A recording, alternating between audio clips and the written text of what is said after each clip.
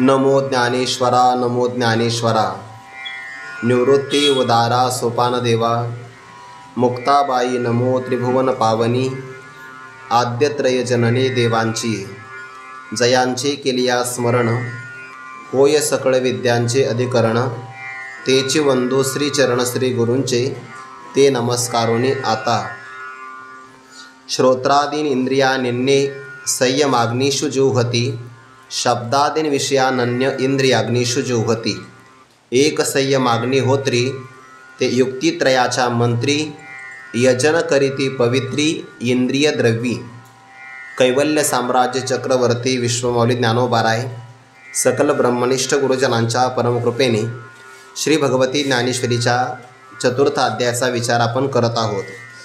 महापुरुषाच्या ठिकाणी कर्म करत असताना कोणत्याही प्रकारची त्रिपुटी भिन्नत्वाने अनुभवाला येत नाही। मी कर्म करणारा करता आहे, हे माझी क्रिया आहे किंवा क्रियेचा विषय कर्म आहे, असा त्रिपुटीचा व्यवहार हा द्वैतात होतो। आणि कोणत्याही प्रकारचं द्वैत आत्मबुद्धीच्या ज्ञानामुळे महापुरुषाला स्पर्श करत नाही। त्याच्या बोधामध्ये अर्पणम ब्रह्म आहे, हवीर द्रव्य ही ब्रह्मच आहे, अग्नी ही ब्रह्मस्वरूपच आहे, ज्या साधनाच्या द्वारे तो हवन करतो तेही ब्रह्मच आहे। त्यामुळे त्या महापुरुषाच्या यज्ञापासून कोणत्याही प्रकारचं अवांतर फल न मिळता मुख्य ब्रह्मप्राप्ती नावाच्याच फलाची प्राप्ती होते। असा ज्या महापुरुषाचा कर्माच्या ठिकाणी ब्रह्मसमाधी प्राप्त झाला, ज्याला कर्म हे ब्रह्मस्वरूपच झालं आहे, अशा ब्रह्मकर्म समाधीना पुरुषाकडून जेही काही कोणतं कर्म घडतं ते कर्म भिन्नत्वाने न राहिल्यामुळे त्या महापुरुषाला पाप आणि पुण्याचं कोणत्याही प्रकारचं फल लागत नाही। मनोनी ब्रह्मतेची कर्म ऐसे बोधा आले जया सम। आणि त्या पुरुषांकडून कोणत्याही प्रकारचं कर्तव्य कर्म जरी झालं, बाहेरून दिसायला ते कर्तव्य कर्म आहे, पण स्वस्वरूपाने जर पाहिलं तर तो नैष्कर्म्य स्थितीतच असतो। अर्जुना, ही स्थिती ज्याला प्राप्त झाली अशा महापुरुषाचं वर्णन भगवंताने या ठिकाणी केलं आहे। आता या ब्रह्मार्पणम ब्रह्म हवीर ब्रह्माग्नो ब्रह्मणाहुतम या श्लोकापासून यज्ञाच्या रूपकाला प्रारंभ झाला आहे। सर्वात मोठा यज्ञ आहे ज्ञानयज्ञ।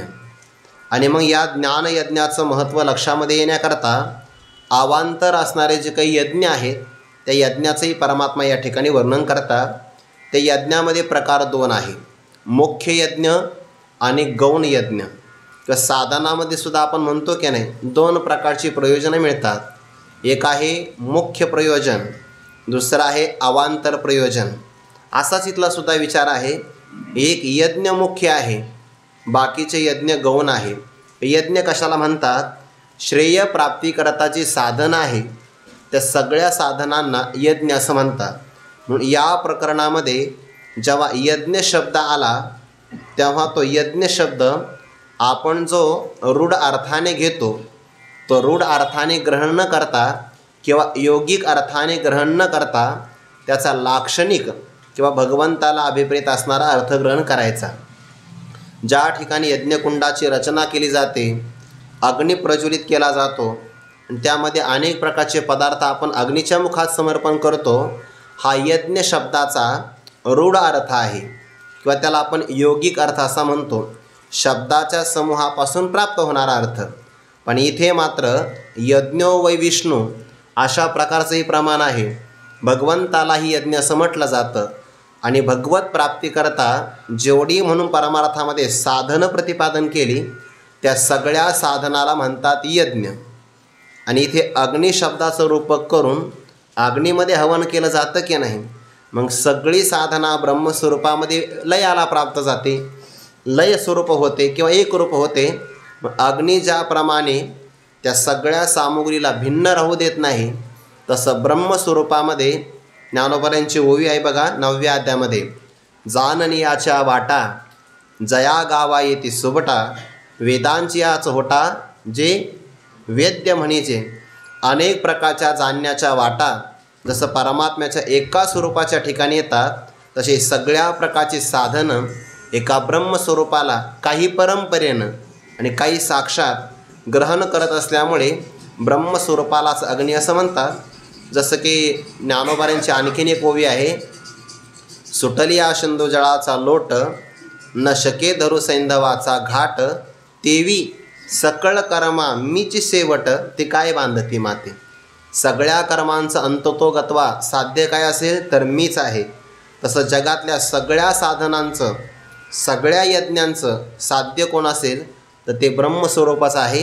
त्या यज्ञांचा आपण विचार करत आहोत. काल आपण एका श्लोकामध्ये 2 यज्ञांचा विचार केला आहे.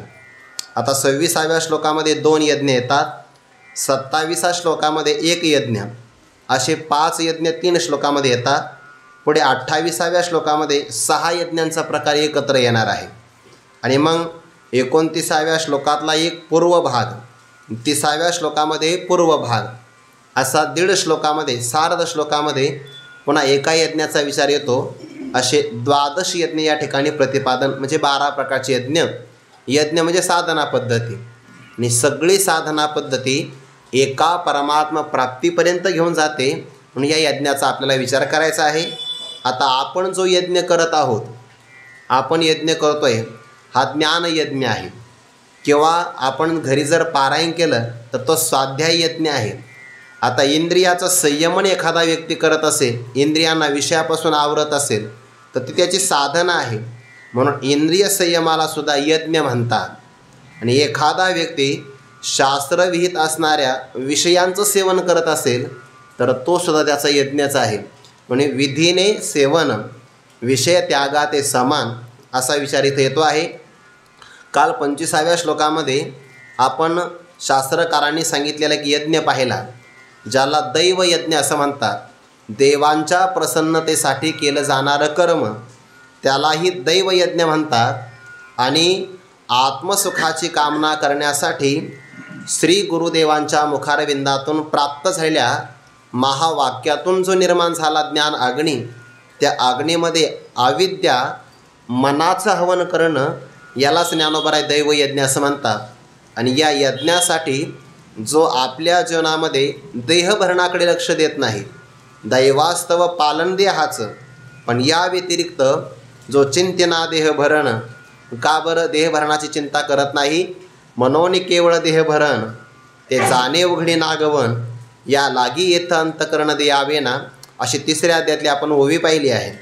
केवळ देहभरणाचा विचार केला तर देहाची शेवटी राखच होणार आहे. मग हे तव 5 मिळावा, शेखी अनुसरेल पंचत्वा, ते वेळी केला की किंवा सावाशीन आपुला.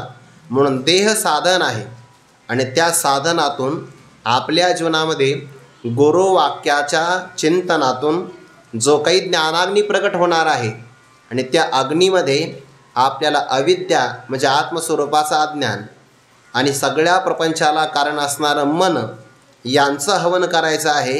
यासाठी जो जगतो आहे त्याचं जगणं तो महायोगी आहे, कारण तो दैवयोगासाठी जीवन जगतो. यानंतर आणखीन काही यज्ञ सांगणार आहे, ज्यामध्ये ब्रह्म हाच अग्नी आहे, आणि ते अग्निहोत्री धारण करणारे किंवा अग्नीचं व्रत धारण करणारे साधक जन यज्ञ करतात. यज्ञाच्या द्वारे यज्ञाची उपासना करतात. इथे पहिला यज्ञाचा अर्थ घ्यायचा आहे जीव, आणि दुसऱ्या यज्ञाचा अर्थ घ्यायचा आहे परमात्मा. स्वतःच्या जीवात्म स्वरूपाच्या द्वारे परमात्म स्वरूपाची प्राप्ती करायची, किंवा जीवस्वरूपाचा बाध करायचा, आणि परमात्म स्वरूपाची प्राप्ती यालाच यज्ञाच्या द्वारे यज्ञाची केली जाणारी उपासना असं म्हणतात. पंचदशीकाराने हा यज्ञ सांगितला.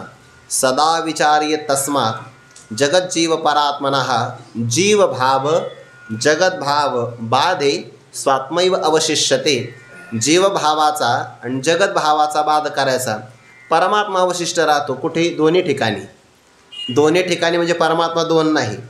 जीवभावाचा बाध केला तर कुटस्थ चैतन्य रूपाने परमात्मा शिल्लक राहतो, आणि जगद्भावाचा जर बाध केला तर जगताचं अधिष्ठान ब्रह्मचैतन्य अवशिष्ट राहतं. दोन्हीचा अर्थ एकच होतो. उपाधी बाजूला गेल्या की उपहितामध्ये अखंड असणारा ऐक्यच आहे. तसा यज्ञ स्वरूप असणारा हा जीव 8व्या अध्यायामध्ये यज्ञ येतोय बघा. भक्तराज अर्जुनाने प्रश्न तिथं खरं तर विस्तार तिथं करायला पाहिजे. जेव्हा तो विषय येईल तेव्हा आपण या पुन्हा यज्ञाचा विचार विस्ताराने तिथे करूया. प्रसंगाने तो येणारच आहे, कारण भगवंतानी संदर्भ दिला आहे. भगवान असं म्हणतात, सकळ जीवांचा विसावा नैष्कर्म्य सुखाचा ठेवा, उघड करोनी पांडवा दावीज तसे सकळ यज्ञ कर्मच म्हणून सांगितले. जे काज धरुण्या असा शब्द आलेला आहे बघा. म्हणजे भगवंताने हा हेतू धारण केला आणि आपल्या मूळ आत्मस्वरूपाला अधियज्ञ असं म्हटलं आहे, जिथे या सगळ्यांची समाप्ती होते आहे. म्हणून परमात्म स्वरूपाला म्हणतात अधियज्ञ. या लागे आम्ही तुझं सकळ यज्ञ कर्मज सांगितले काजे काज मनी धरुण्या. तो हा सकळ जीवांचा, सगळ्या जीवांचा विसावा कोण आहे? परब्रह्म आहे. नैष्कर्म्य सुखाचा ठेवा परी उघड करून पांडवा दावीच तसे सगळे जीव यज्ञ स्वरूप आहे. आणि यज्ञ स्वरूप सगळ्या जीवांचा परमात्मा विसावा असल्यामुळे देवाला म्हणतात अधियज्ञ. म्हणून अधियज्ञाचीच उपासना करायची आहे. पण यज्ञ स्वरूप जीव उपासना करतो परमात्माची परी दुसरा, जे अहंकार निद्रान्वित सुरा स्वप्नीची आवर बारा संतोषेशेने. जीव हा यज्ञ स्वरूपच आहे आणि या यज्ञाच्या द्वारे परमात्मा नावाचा अधियज्ञ त्याची तो उपासना करतो आहे. हे सगळे यज्ञ जे आहे ना, जरी यामध्ये प्रकार 12 असेल तरी पण या सगळ्या यज्ञांचं ज्ञानोबा साध्य एकच सांगतात. फक्त मात्र काही साध्याला साक्षात प्राप्त होतात तर काही परंपरेनं प्राप्त होतात. म्हणून यामध्ये भिन्नता नाही. साध्य एक आहे, अधिकाराचा भेद आहे. त्यामुळे साधना अनेक प्रकारचे आहे. त्यापैकी आता 26व्या श्लोकामध्ये यज्ञ सांगतात. श्रोत्रादीनी इंद्रियानी अन्ये संयमाग्निषु जुह्वति शब्दादीन विषयान अन्ये इंद्रियाग्निषु जुह्वति. इथे अन्य शब्द आहे ना, इंद्रियाग्निषु, तिथं लोप झालेला आहे. लोपह शाकल्यश असं सूत्र लागतं आहे तिथं त्या ठिकाणी संधीच्या भावामध्ये. आता ते जास्त काही माझे उपस्थित नाही आहे, पण पाठीमागं शब्द येतो त्यामुळे फोड करून सांगितले. अन्य म्हणजे मागील श्लोकापेक्षा भिन्न असणारे काही साधक यज्ञाची उपासना करतात. म्हणून त्यांना आपण अग्निहोत्री असं म्हणू, किंवा योगीच आहे ते परमात्मा स्वरूपाची प्राप्ती करून घेतात. ते काय करतात? श्रोत्रादीनी इंद्रियानी, 5 ज्ञानेंद्रिय आहे ना, त्याच्यामध्ये पहिला क्रमांक आहे श्रोत्र, श्रवण इंद्रिय. त्यानंतर त्वक, चक्षु, रसना आणि घ्राण, 5 प्रकारची ज्ञानेंद्रिय आहे. आणि हीच काय घेतली? कारण पुढच्या 27व्या श्लोकामध्ये सगळीच येणार आहे. त्यामुळे इथं घेत असताना फक्त ज्ञानेंद्रियाचा विषय घ्यायचा. कारण देवाने श्रोत्र अगोदर सांगितलं आहे. म्हणजे श्रवण इंद्रिय जर अगोदर सांगितली तर त्यामध्ये मग शब्द, स्पर्श, रूप, रस आणि गंध खाली पुढे येणार आहे बघा. वरती श्रोत्र आलं पूर्वपदामध्ये, लगेच उत्तरपदामध्ये शब्दादी विषय आले आहे. म्हणजे 5 ज्ञानेंद्रिय आणि 5 कर्मेंद्रिय. त्यामध्ये 5 ज्ञानेंद्रियांचा यज्ञ वेगळा आहे आणि 5 असणाऱ्या विषयांचा यज्ञ वेगळा आहे. तो काय करतो महात्मा? संयमाग्निषु, प्रकरण संयमाचा आहे. 27व्या श्लोकामध्ये पण संयम शब्द येणार आहे. तर याचे 2 अर्थ होतात. आपल्या असणाऱ्या श्रोत्रादीन इंद्रियांना विषयांपासून आवरणं, संयमन करणं, याला प्रत्याहार म्हणतात. आणि मग शब्दादी विषयांकडे जाणारे इंद्रिय, ज्ञानेंद्रिय, त्यांना आवरायचं आहे. कारण जो इंद्रियांना आवरतो, इंद्रियांते चोरुनी, जो इंद्रियांना आवरू शकतो तो परमार्थामध्ये पुढे जाऊ शकतो, श्रेय प्राप्त करू शकतो. म्हणजे श्रेय प्राप्तीचं साधन म्हणून इंद्रियांना आवरणं ही जर साधना असेल, यज्ञ असेल, तर तो इंद्रियांना आवरतो आणि त्यांचा हवन कुठं करतो? संयम नावाच्या अग्नीमध्ये हवन करतो. हा एक अर्थ आहे. किंवा धारणा, ध्यान आणि समाधी हे तिघं जर एकत्र आले तर त्यालाही संयम असं म्हणतात. ती धारणा आत्मविषयक असेल, ध्यान आत्मविषयक असेल आणि ते समाधी आत्मविषयक असेल तर त्याला आत्मसंयम योगाग्नो असं म्हणतात. ते पुढे येणार आहे. मग क्रमांकातला हा जो विषय आहे तेथे मात्र इंद्रियांना विषयापासून आवरणं, याला विचारसागरामध्ये शम म्हणतात बघा. स्वाभाविक किंवा इंद्रियांना विषयापासून आवरणं त्याला दम असं म्हणतात. शमदमाचा विचार आला की नाही? म्हणून श्रोत्रादीनी इंद्रियानी, श्रोत्राधिक असणारी इंद्रियांना आवरणं त्याला म्हणतात संयम. आणि त्या संयम अग्नीमध्ये काही साधक हवन करतात, म्हणजे ती साधना करतात. दुसरा भाव असा आहे, आता एखादा पुरुष असा आहे साधक की ज्याला शब्दादी विषयापासून इंद्रिय आवरणं एकदम जमत नाही करू शकत, काही अशक्त असतात. पण मग त्याने सुद्धा हार मानू नये. त्याने काय करावं, जर त्याचे इंद्रिय विशेष सेवनामध्ये प्रवृत्त करतच असेल तर मग विशेष सेवन करायचे ना, हरकत नाही, पण निषिद्ध विषयाचा त्याग करावा. आणि विधीने प्रतिपादन केलेले जे विहित विषय असेल ते सुद्धा शास्त्र आज्ञेप्रमाणे सेवन करावे. आणि जर त्याने तसे सेवन केले अगदी संयमित जीवनाच्याद्वारे तर विषयांचं सेवनसुद्धा त्याचा हा यज्ञच आहे. विधीने सेवन पाहिजे, विषय त्यागाते समान. कुळधर्म चाळी विधी निषेध पाळी, मग सुखे तुझं सरळी दिदली आहे. ज्ञानोबांची भाषा किती गोड आहे. अर्जुना, तुला अभ्यास करणं शक्य नाही ना, नको करू, पण एक काम कर, कुळधर्म पाळी, विधी निषेधाचं चालू ठेव, मग तुला मोकळीक दिली आहे. आता मोकळीक कुठं आहे? कुलधर्माचं पालन करायचं, विधी निषेधाचं चलन करायचं असेल तर सांगायचा भाव असा आहे, मागच्या पुरुषापेक्षा थोडी तुला सवलत दिलेली आहे. म्हणून वेदाचं विशेष सेवनात तात्पर्य नाही आहे. क्रमाक्रमाने त्याचा अधिकार जाणून एकदम जर सांगितलं कठीण तर करता येणार नाही. म्हणून हळूहळू वेद आपल्याला विषयाच्या पासून परांगमुख करतो, निवृत्त करतो, पण हळूहळू. जशी एखादी माता त्या लहान मुलांनी औषध सेवन करावं याकरता गोड असणारा गुळाचा खडा त्याला देते, प्रलोभन दाखवते. जर तो औषध सेवन केलं तर गोड असणारा गुळाचा खडा मी तुला देणार. तात्पर्य ते गोड गुळ देण्यामध्ये नाही आहे, त्याने औषध सेवन करावं यात तात्पर्य आहे. तसं वेदाने आपल्याला आज्ञा दिली आहे की तुम्ही विषय सेवन करावे, पण ते विधीने. पुन्हा एखादा व्यक्ती शत्रूचा नाश करत असेल तर मग त्याला शेणयाग सांगितला, पण प्रायश्चित्त भयंकर आहे. यज्ञ सांगितला, त्याचे प्रायश्चित्त भयंकर आहे. विवाह प्रतिपादन केला, पण त्यातही नियमन आहे. म्हणून वेदाचं तात्पर्य आहे की विषयापासून तुम्ही बाजूला व्हावं, पण एकदम व्यक्ती बाजूला होणार नाही. वेदाला दया आली आणि त्याने मग विधीने प्रतिपादन करावं, नियमन केलं. मग काही साधक शब्दाधिक असणारे विषय घेतात आणि कुठं हवन करतात? आपल्या इंद्रियांच्यामध्ये. म्हणून तर युक्ताहार विहारस्य युक्तचेष्टस्य कर्मसु. ज्ञानोबा म्हणतात ना, आहार तरी सेवेजे. मग आहार विषय नाही का, सेवन केला पाहिजे, पण युक्तीचे मापे मवीचे. त्याला माप असावं. अमर्याद आहार नाही सांगितला.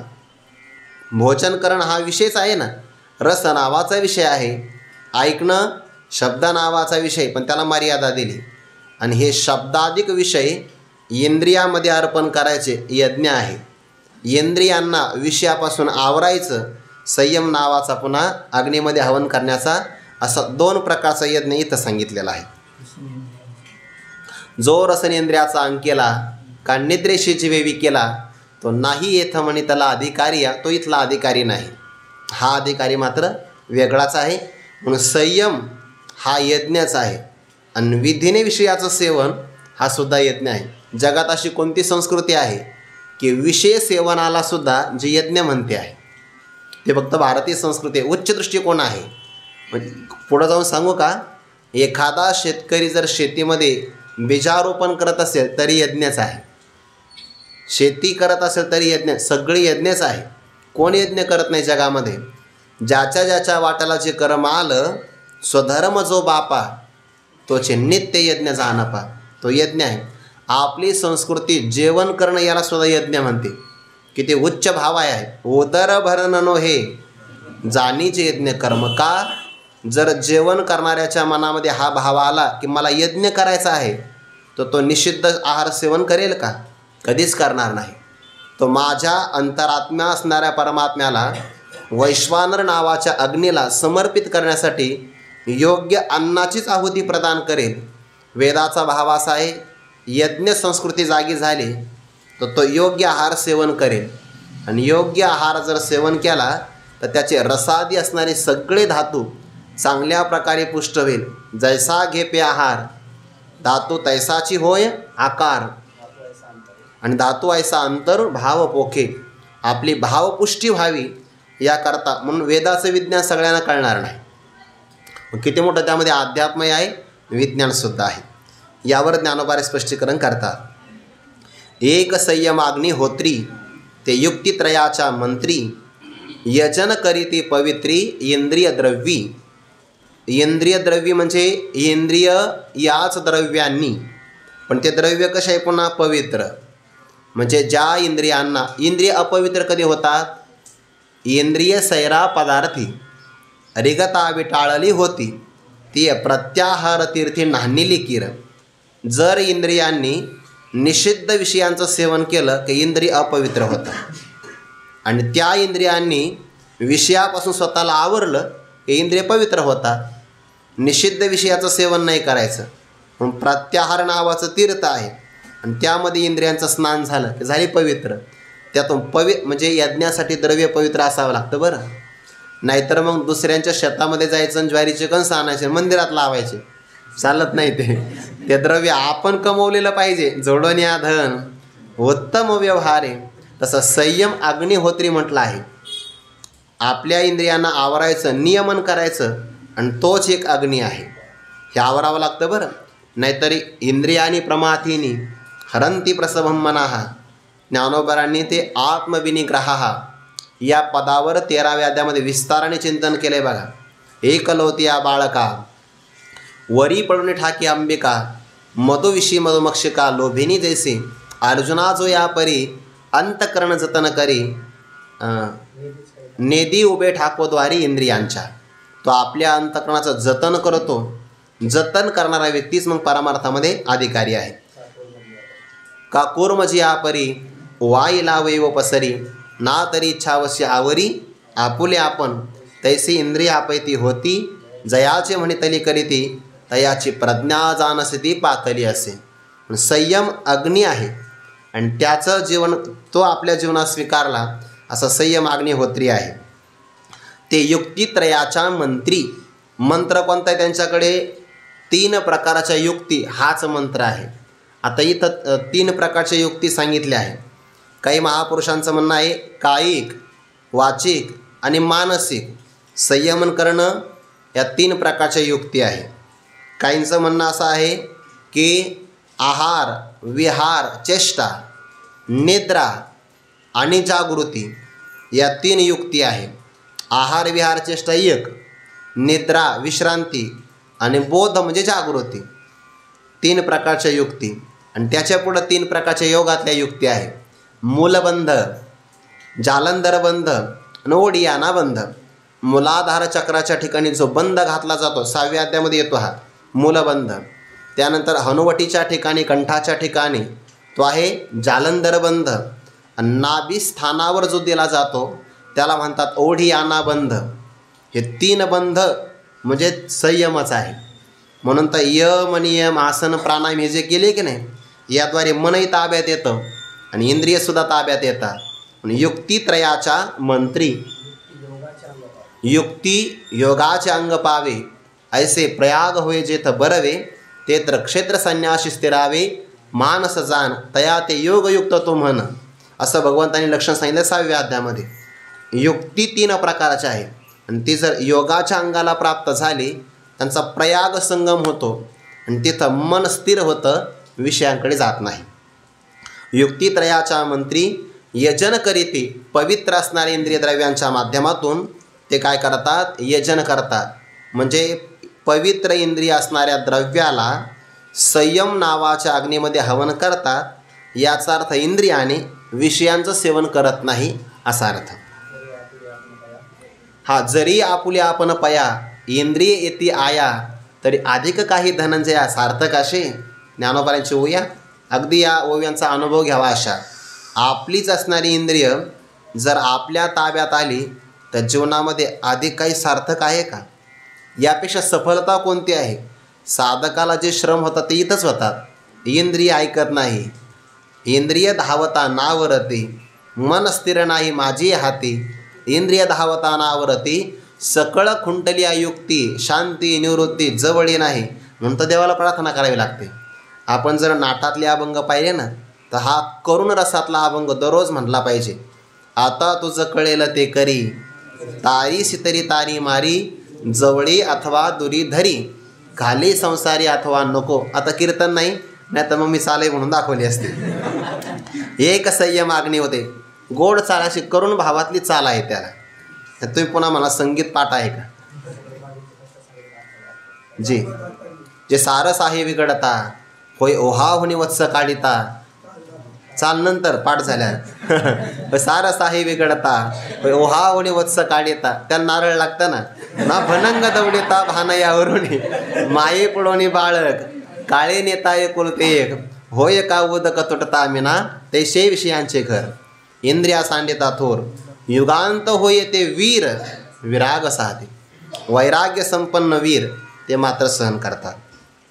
त्यानंतर आता हाच यज्ञाचा प्रकार आहे, पण ज्याला हा टप्पा नाही जमला त्याच्याकरता थोडासा अलीकडचा टप्पा दुसरा.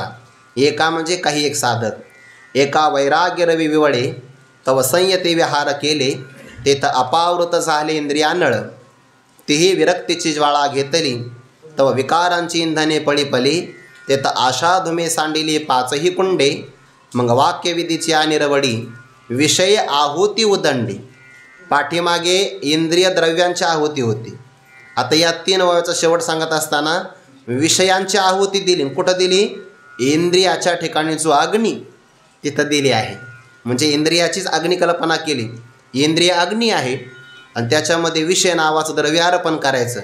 म्हणजे विधीपूर्वक वाक्यविधीची निरवडी, विधीच्या कुशलतेनं शास्त्राने जे काही वाक्यविधी सांगितले आहे, कोणी कोणी कोणता विषय सेवन करावा या बाबतीतल्या कुशलतेनं तो सेवन करतो. पण कसा? त्यामध्ये सुद्धा वैराग्याचा आश्रय आहे. काही एका साधकांच्या जीवनामध्ये वैराग्य नावाचा रवी विवळे, विवळे म्हणजे प्रकाशतो. वैराग्य नावाचा सूर्य उदयाला येतो. आता वैराग्य सूर्य कधी उदयाला येईल? कधी येईल? ईश्वराच्या प्रसादाने.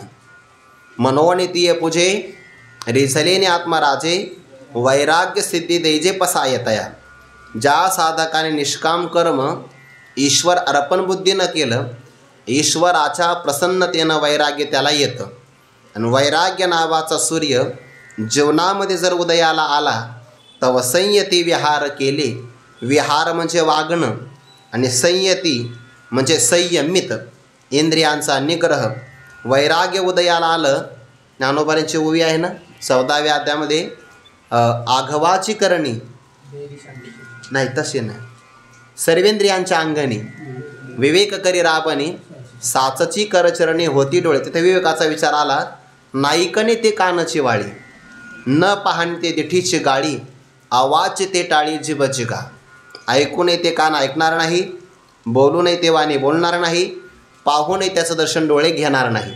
हे वैराग्याचा भाव अंतःकरणात प्रगट झाला की आपोआप विषयांच्या पासून इंद्रिय विषयांच्या गाठी आपैसया सुटती किरटी, मन मायेच्या पोटी रिगती दाही. मन नावाचे दोषादोष विवेकी, इंद्रियची होती पारखी, अकृत्य ते कुडे लोकी, नियमिते पुढे पारखी, पायकी करी. नियमन त्यांचं पालन करतो, आज्ञा पाळतो, म्हणजे सेवा करतो. संयती विहार केली. त्यांच्या जीवनामध्ये संयमन करणं, नेम करणं याचं आचरण आपोआप घडू लागतं. आणि परिणाम तेथ अपावृत्त झाले इंद्रिया नळ. हे आवृत्त म्हणजे झाकणं आणि अपावृत्त म्हणजे उघड करणं. इंद्रियांच्या ठिकाणी आता वैराग्य जर उदयाला आलं, उदाहरण असं घेता येईल, आकाशामध्ये जर सूर्य उदयाला आला, निसर्गामध्ये जसे पक्षी 2 आहेत ना, चकोर आणि चातक, तसे मनी 2 आहेत, एक सूर्यकांत आणि चंद्रकांत. ते चंद्राचं किरण लागलं की चंद्रकांत, सोमकांत आणि चंद्रकांत एकच आहे, तर तो असा द्रवीभूत होतो. आणि सूर्याच्या किरणाचा स्पर्श आला की सूर्यकांत मण्याच्या अंगात ठिणग्या निर्माण होतात.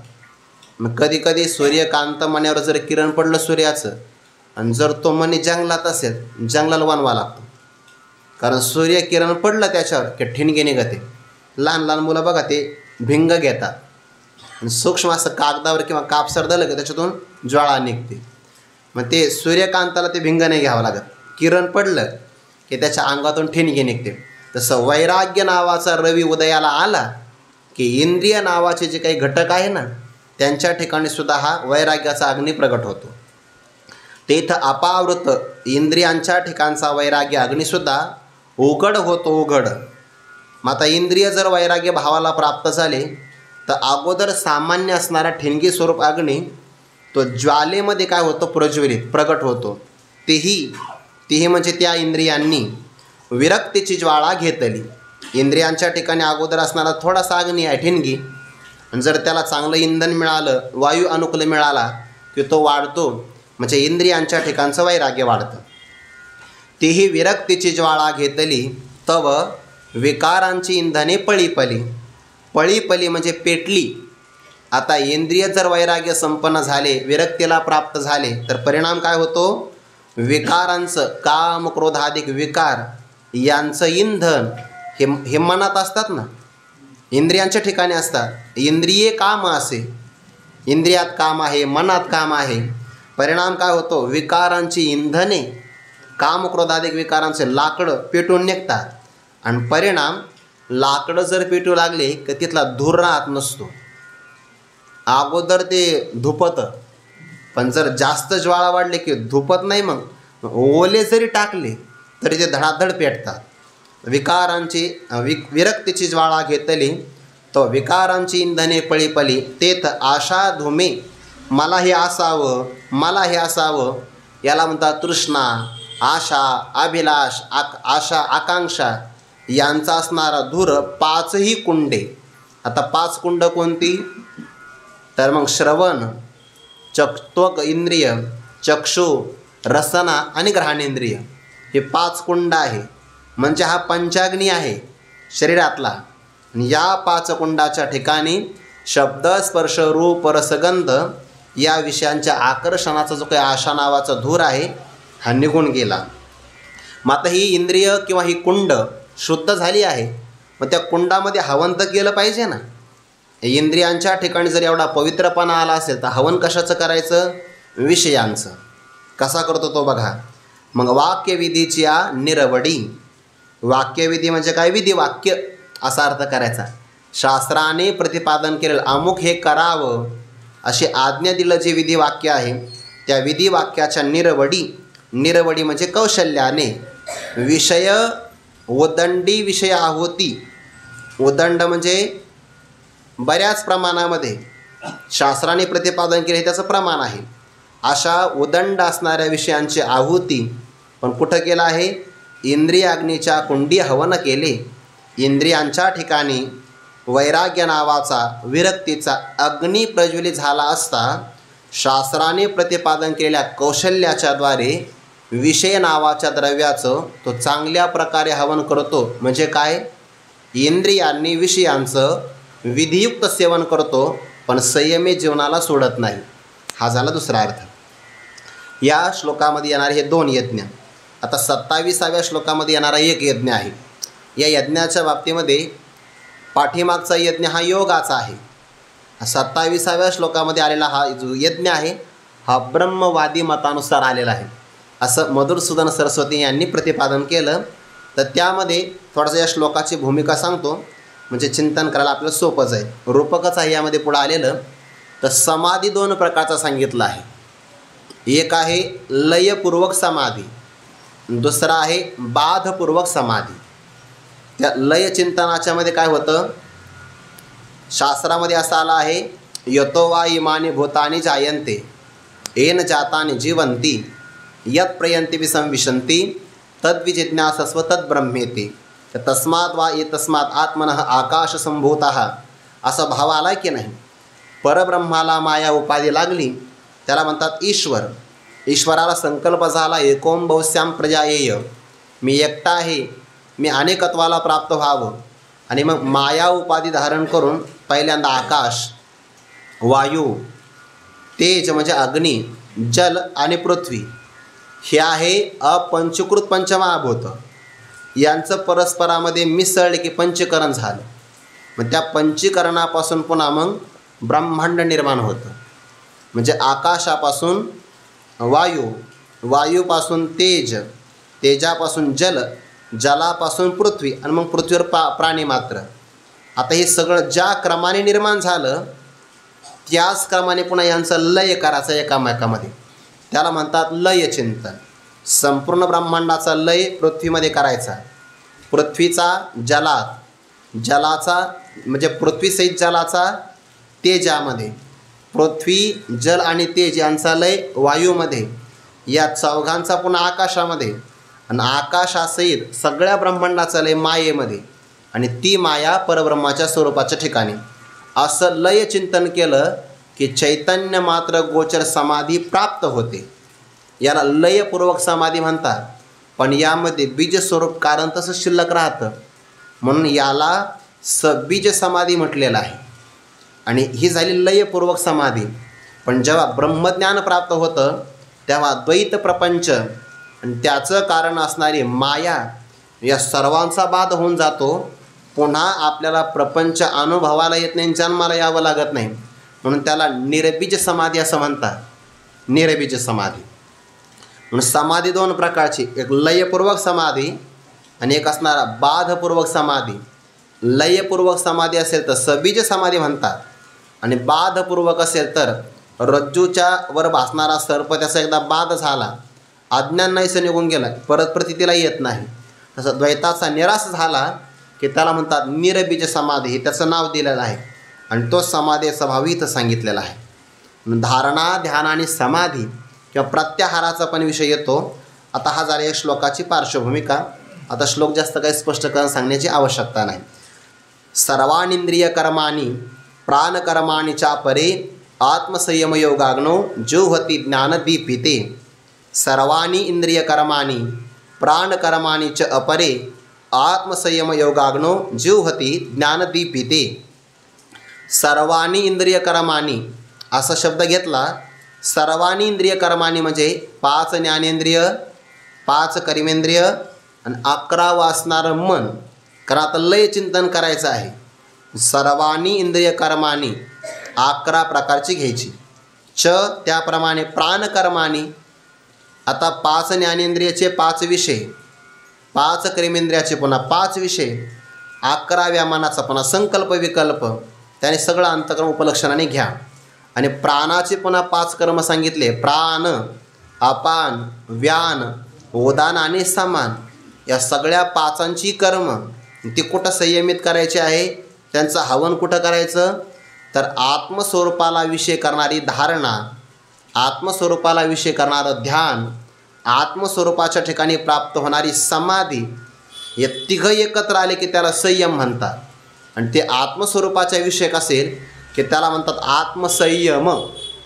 हा योगातला पारिभाषिक शब्द आहे बरं. मागे आलेला शब्द म्हणजे इंद्रियांना आवरणं, आणि या श्लोकामध्ये आलेला संयम शब्द त्रयम एकत्र संयम. हा धारणा, ध्यान आणि समाधी हे तिघं एकत्र आले की त्याला म्हणतात आत्मसंयम. आणि तोच एक प्रकारचा अग्नी आहे. आणि त्या अग्नीमध्ये प्रज्वलित झालेला जो ज्ञान अग्नी, ज्ञानदीप असणाऱ्या अग्नीच्या द्वारे या सगळ्यांचं हवन करायचं, म्हणजे लयचिंतन करायचं, किंवा या समाधीच्या द्वारे या सगळ्यांचा परमात्मा स्वरूपामध्ये विलय करून टाकायचा. हा सुद्धा एक प्रकारचा यज्ञच आहे. यावर आता ज्ञानोबाराय स्पष्टीकरण सांगतात. आता हे रूपक समजण्यासाठी पहिल्यांदा एक 2-4 वाक्यामध्ये रूपक सांगतो. रूपक कळालं म्हणजे हा यज्ञ सगळा कळून जाईल. आता हा यज्ञ आहे, वेदविधीनं केला जाणारा हा यज्ञ.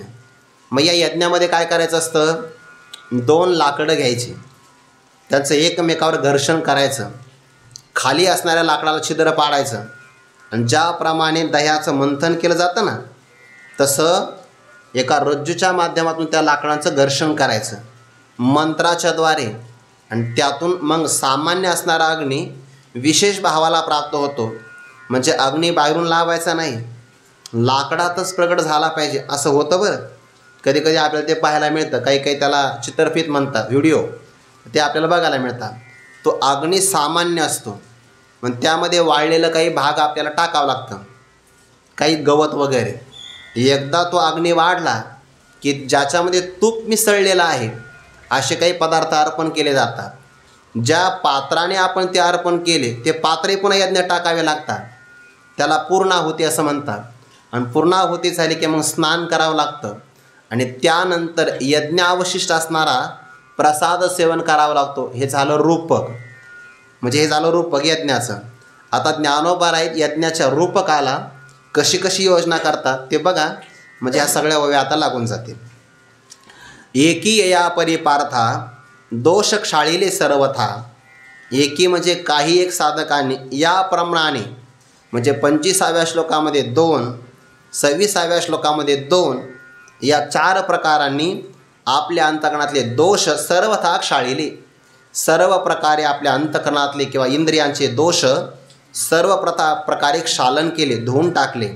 आणि एकी, आता इथपासून पुढे काही एक साधक असा अर्थ करायचा बरं. ते अन्य शब्द आला, अपरे, अन्य, ज्ञानोबाने त्याकरता एक असा शब्द घेतला. काही एक साधक, एक शब्द हा एक अनेक साधकांचं उपलक्षण आहे. जातो एक वचन. अनेक साधक असतात. त्यांनी काय केलं, त्यांना यज्ञ करायचा होता. मग आता यज्ञ आपण जमिनीवर करतो, त्यांनी यज्ञ प्रारंभ केला हृदयामध्ये. हृदयारणी मंथा विवेक केला.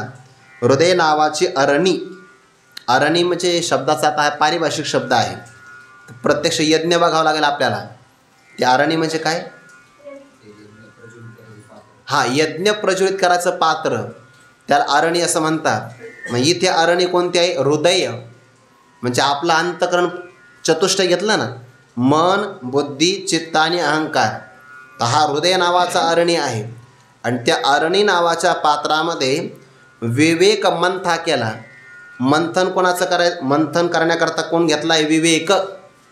हृदयारणी मंथा विवेक केला, विचार करायला प्रारंभ केला, ज्यामध्ये 2 पदार्थांचं मिश्रण झालेलं आहे आणि त्याच्यामध्ये सार आणि असाराची निवड करायची. याला म्हणतात विवेक. तो मग विवेकही अनेक प्रकारचा आहे.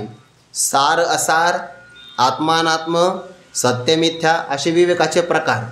त्यामध्ये तो आपल्या हृदय म्हणजे अंतकरणामध्ये विवेकाचा प्रारंभ करतो आहे. आणि तो विवेकाचा प्रारंभ करायचा असेल तर मनाने करायचा नाही, त्याला काही सहाय्यक दैवी संपत्ती लागते आणि त्याला गुरुपदेशसुद्धा लागतो. मनाच्या मार्गाने जर केला तर हा विवेक होणार नाही. हृदयारणी मंथा विवेक केला, तो मंथन करायचा विवेक. ओपशमे निहटेला, धैर्य भारे दाटीला, गुरुवाक्ये काढीला बळकटपणे. ऐसे समरसे मंथन केले, तेथ झडकरी काजा आले, जे उज्जीवन जाहले ज्ञानाग्नीचे. या 2 ओव्याचा एकत्र विचार आहे. तो नाम हृदय नावाच्या अरणीच्या ठिकाणी श्रीगुरूंच्या मुखारविंदातून संत तेथ विवेका असा जो विवेक आहे, तो विवेक नावाचाच असणारा भाग मंथन करण्याकरता म्हणून वापरला, जे विवेक विचाराला प्रारंभ केला. पण तो विवेकाचा प्रारंभ करत असताना उपशमे निहटेला, तो अतिशय नेटाने दाबून ठेवला. विवेक करायचं म्हणलं की त्याला सात्विक धैर्य लागतं, शांती लागते, मन समाधानी लागतं. उपशमे निहटेला, धैर्य भारे, धैर्याचीच परीक्षा आहे, धैर्य भारे दाटीला, सात्विक धैर्याचं त्याच्यावर वजन दिलं आणि त्या वजनाने दाटीला म्हणजे दाबला गेला. उपशम म्हणजे शांती, शांतीच्या माध्यमातून तो बांधला गेला आणि सात्विक धैर्याने त्याचं मंथन करायला प्रारंभ केला. सात्विक धैर्याचं वजन दिलं, उपशमाने बांधला तो चांगला, निष्ठू नये म्हणून, आणि त्यावर पुन्हा वजन दिलं. शेतकरी असतात ना, ते अवताच्या माध्यमातून जेव्हा पाळी मारतात ना, ते चांगलं खोलपर्यंत जावं म्हणून दगडाचं वजन ठेवतात. म्हणजे अगदी मग काही म्हणतात बा, छातीवर दगड ठेवून पाळी मारली असं म्हणतात की नाही, त्या अवतावर दगड ठेवतात. तसं सात्विक धैर्याचं वजन दिलं आहे विवेकाला आणि शांतीनं तो चांगल्या प्रकारे बांधला गेला आहे. त्यानंतर गुरुवाक्ये काढीला बळकटपणे, अतिशय बळ लावून गुरूंच्या वाक्याचा विचार करणं, याला म्हणतात गुरुवाक्ये. घुसळला, वेगाने ते घुसळण करायला प्रारंभ केला. म्हणजे गुरूंनी केलेला उपदेश तो आपल्या अंतकरणामध्ये सात्विक धैर्याच्याद्वारे शांतीच्या माध्यमातून विचाराला त्याने प्रारंभ केला. आणि असा विचार करता करता त्याचा विचार फलाला प्राप्त झाला. कसं, ऐसे समरसे म्हणजे युक्तीच्या सर्व युक्तीच्या माध्यमातून ज्याला सात्विक धैर्याची जोड आहे, शांतीची जोड आहे, गुरुवाक्याचं साह्य आहे आणि तो विवेकाला प्रारंभ केलेला आहे, ऐसे समरसे सर्व वृत्तीच्या ऐक्याने मंथन केले. हा विचार मंथन आहे बरं, आणि हे विवेकाचं मंथन आहे. ते मंथन केल्याबरोबर ते झडकरी कामा आले. अतिशय लवकरात लवकर त्याचा हा विचार त्याला कामी आला, उपयोगी पडला. कसा कामी आला? ज्ञानोबा म्हणतात, जे उज्जीवन झाले ज्ञानाग्नीचे त्याच्या हृदय नावाच्या अरणीमध्ये म्हणजे अंतकरणामध्ये, बुद्धीमध्ये ज्ञानाग्नीचे उज्जीवन झाले. ज्ञान हाच अग्नी आणि त्या अग्नीचं उद्दीपन झालं म्हणजे अग्नी प्रगट झाला. कोणता? ज्ञानाग्नी. म्हणजे ज्ञानाग्नी प्राप्त होतो आहे विचाराच्या द्वारे. पंचदशीकारांचं म्हणणं आहे, विचारा जायते बोधहा, विचारापासून बोध प्राप्त होतो. विवेक म्हणजे विचार म्हणजेच विवेक, पण तो आशा साह्याने केला तर ज्ञानाग्नीचं उज्जीवन, उद्दीपन किंवा प्रज्वलीकरण प्राप्त झालं. आता हा सामान्य पहिल्यांदा निर्माण झालेला अग्नी आहे, ज्ञानाग्नी. पण जर तो ज्ञानाग्नी वाढवायचा असेल तर त्यामध्ये वाळलेलं गवत वगैरे असं काही टाकावं लागतं. एकदमच आपण हवीर द्रव्य अर्पण नाही करत. नाहीतर अग्नीमध्ये सामर्थ्य नसेल तर बऱ्याचदा द्रव्याच्या अतिरेकाने तो अग्नी पुन्हा विझू शकतो, मालवू शकतो. ज्ञानोबा म्हणतात, पहिल्यांदा त्यातून काही धूर निघून जातो. जो ज्ञानाग्नीची साधना करतो त्या साधकाला प्रतिबंध पण फार येतात. कोणते कोणते येतात? रूपक आहे. पहिला रिद्धिसिद्धीचा संभ्रम, तो निवर्तोने गेला धूम, मग प्रगटला सूक्ष्म विस्फुलिंग. उज्जीवंत झालं होतं, कुठेतरी तो अग्नी उद्दीपित व्हायला प्रारंभ झाला होता. आणि तो उद्दीपित होत असताना रिद्धी म्हणजे ऐश्वर आणि सिद्धी म्हणजे सामर्थ्य, रिद्धी आणि सिद्धीचा संभ्रम आहे म्हणजे मोह आहे. आणि तो मोह एक प्रकारचा धूर आहे. तो निवर्तोने गेला धूम, रिद्धी आणि सिद्धीचा त्याग केला साधकाने, तर मग त्याच्या अंतःकरणामध्ये सूक्ष्म विस्फुलिंग प्रगटला. सूक्ष्म असणारा, कोणत्या इंद्रियांना गोचर न होणारा, अतिंद्रिय असणारा किंवा लहान आकारातला विस्फुलिंग म्हणजे ठिणगी, ज्ञानाचे असणारे ठिणगी अंतःकरणामध्ये प्रगट होते. जसं की मोटके गुरुमुखे उदयजत दिशे आणि हृदयी स्वयंभची असे. ते आपल्या अंतःकरणामध्येच ज्ञान आहे, पण अंतःकरणाच्या वृत्तीमध्ये सामान्य ज्ञान विशेष भावाला प्राप्त होतं. पण त्याला रिद्धिसिद्धीचे असणारे द्वंद्वे जे समोर येतात ते बाजूला सारावे लागतात, कारण तो एक प्रकारचा धूर आहे, तो एक प्रकारचा मोह आहे. म्हणून रिद्धी आणि सिद्धी ज्याला मिळाल्या तो फार मोठा नाही आहे. ज्ञानोबा रिद्धी आणि सिद्धी मिळाल्या व्यक्तीला रिद्धिसिद्धीचा संभ्रम म्हणतात. तो मोह आहे आणि तो एक प्रकारचा धूर आहे की जो विवेकाच्या डोळ्यासमोर येतो आणि साधकाला प्रगती करू देत नाही. पण तो निवर्तोने गेला, कारण सात्विक धैर्य आहे, त्यामुळे रिद्धिसिद्धीमध्ये अडकत नाही, उपशम प्राप्त आहे. रिद्धिसिद्धीचे अनेके वृंदे मिळती प्रसंगे, ते पुष्पवर्षी अंगे नहात असे तो त्या सगळ्याने नहाला जातो, स्नान करतो, पण त्यामध्ये अडकत नाही. निवर्तोने गेला धूम, मग प्रगटला सूक्ष्म विस्फुलिंग. सूक्ष्म रूपामध्ये असणारा ज्ञानोबाने या ज्ञानाला कोळ ज्ञान म्हटले बघा. तेनेचे ईश प्रसादे श्री गुरुसंप्रदाय लब्धे, साच ज्ञान उद्बोधे कोवळे जे. हे कोवळ ज्ञान आहे. याला वाढविण्यासाठी दैवी संपत्तीची आवश्यकता आहे, किंवा या ज्ञानाला वाढण्यासाठी आपल्या मनाचा मनोनाश करणं शक्य आहे, अवश्य आहे. आणि ते पुढे सांगतात, तया म्हणजे जो काही सूक्ष्म विस्फुलिंग प्रगट झाला तया, त्या सूक्ष्म असणाऱ्या ज्ञानाच्या ठिणगीला आता मोठं करायचं आहे, वाढवायचं आहे. पण त्याला थोडं थोडं, लहान मुलाला एकदम आहार नाही देत, त्याला हळूहळू द्यावं लागतं. किंवा जो व्यक्ती 10 दिवस ताकावर राहिला त्याला एकदम भाकरी देत नाही, त्याला अगोदर डाळ भात दिला जातो हळूहळू. नाही मग 10 दिवस ताकावर राहिला आणि पहिल्यांदाच भाकरी खाल्ली, मग ते त्याला पोट सहाय्य नाही करत, ते सगळं अवघड होऊन जातं. लहान मुलाला जसं हळूहळू, तसं जो काही ज्ञान अग्नी प्रगट होतो आहे त्याला हळूहळू वाढवायचं आहे. कसं? तया मनाचे मोकळे त्याची पेटवण घातले, जे यम नियमे हळवारले आयते होते. अहिंसा, असत्य, अस्तेय, ब्रह्मचर्य, अपरिग्रह, 5 प्रकारचं यम, शौच, संतोष, तप, स्वाध्याय, ईश्वर प्रणिधान, हा 5 प्रकारचा नियम. या मन, यम आणि नियमाच्या द्वारे जे अगोदरच मन आपलं एकदम हलकं म्हणजे विकाररहित झालेलं आहे, अशा मनाचं असणारं मोकळं झालेलं मन, विकारांना सोडलेलं मन, त्याचे पेटवण घातले. त्या ठिणगीला वाढण्यासाठी मन अर्पण केलं, अर्थात मन शुद्ध केलं किंवा या मनाचा नाश करून घेतला. संकल्प विकल्पाचे लुगडे सांडोनी मन उघडे, बुद्धी मागिलीकडे उगीचे पैसे. संकल्प आणि विकल्पाचं लुगडं आहे मनावर, पण ते मन आता संकल्प विकल्प रहित झालं, याचा अर्थ त्या मनाचं पेटवण त्या ज्ञानाच्या समोर केलेलं आहे. आता ज्ञान अग्नीला मन अर्पण झालं, हा सगळा लयचिंतनाचा प्रकार आहे क्रमाक्रमाने. म्हणजे विषय पण अर्पण करायचे, मन, त्यानंतर बुद्धी, मन शब्दाने सगळं अंतकरण घ्यायचं, प्राणकर्मसुद्धा लयापर्यंत जायचं आहे असा विचार घेता येईल. जे यम नियम हळवारले आयते होते, तेने साधुकपणे ज्वाळा समृद्धा. मग वासनांतराची समिधा, स्नेहेसी नानाविधा जाळेलिया. तेने म्हणजे त्यानंतर साधुकपणे म्हणजे प्रदीप्तपणाने समृद्ध झालेल्या या ज्ञानाच्या ज्वाळा, आणि त्यामध्ये अन्य प्रकारच्या वासनांतराच्या समिधा आहे.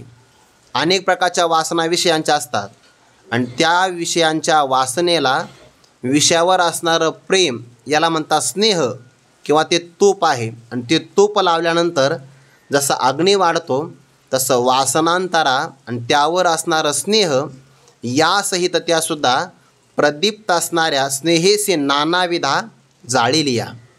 त्यानंतर ते सोहम मंत्रे दीक्षिती. म्हणजे आता काय काय जाळलं? पहिल्यांदा मन, त्यानंतर त्या मनामध्ये असणाऱ्या विषयाच्या आकर्षणाच्या वासना, त्यांचाही पुन्हा नाश केला. त्या ठिकाणी सोहम मंत्रे दीक्षिती, इंद्रिय कर्माच्या आहुती, ती ज्ञानानळी प्रदीप्ती ती दलिया. सोहम, तो परमात्मा मीच आहे, या मंत्राने ज्यांनी दीक्षा घेतलेल्या यज्ञाची, त्या यज्ञामध्ये आता इंद्रियांचे कर्म आणि इंद्रिय कर्माच्या आहुती प्रदीप्त झालेल्या ज्ञान नावाच्या अग्नीमध्ये समर्पित केलेले आहे. म्हणजे ज्ञान अग्नीमध्ये आता त्यांनी इंद्रिय कर्मसुद्धा अर्पण केलं आहे. पाठी यानंतर प्राणकर्माची स्त्रुवेनिशी, पूर्णाहुती पडिल्या हुताशी, तेथ अवभृत समरसी सहजे झाले. पाठी म्हणजे यानंतर आता ज्या पात्राने यज्ञामध्ये आहुती दिली जातं, ते पात्रसुद्धा अर्पण करावे लागतात. हे सगळे यज्ञ करण्याकरता प्राणाचं साह्य असावं लागतं. जर प्राणाचं साह्य नसेल तर आपण साधना करू शकत नाही. पण तो प्राणही तो अर्पण करतो आहे, म्हणजे मृत्यू नाही स्वीकारत. प्राणाचे कर्म जे आहे, धर्म आहे, ते अर्पण करतो. प्राणकर्मा, स्त्रुवा म्हणजे पात्र आहे, अर्पण करणारं पात्र ते आहे प्राणकर्माचं स्त्रुवा नावाचं पात्र, रूपक आहे. पाठी प्राणकर्माची स्त्रुवेनिशी, पूर्णाहुती पडिल्या हुताशी. ज्ञान नावाच्या अग्नीमध्ये एकदा पूर्णाहुती पडल्याबरोबर तेथ अवभृत, यज्ञाच्या शेवटी जे केलं जातं त्याला अवभृत नावाचं स्नान असं म्हणतात. आणि समरशी शब्दाने ऐक्य घ्यायचं. जीव आणि ब्रह्माचं ऐक्य हे एक प्रकारचं शेवटचं स्नान आहे. हे स्नान त्याला सहज प्राप्त झालं, इथपर्यंत तो आला आहे. आता हे स्नान घडल्यानंतर त्याला प्रसाद कोणता मिळतो आहे, तो प्रसाद आपण उद्या पाहू. पुंडलिक वरदारी विठ्ठल श्री ज्ञानदेव तुकाराम मौली ज्ञानेश्वर महाराज की जय. जगद्गुरु तुकाराम महाराज की जय. सद्गुरु जोग महाराज की जय.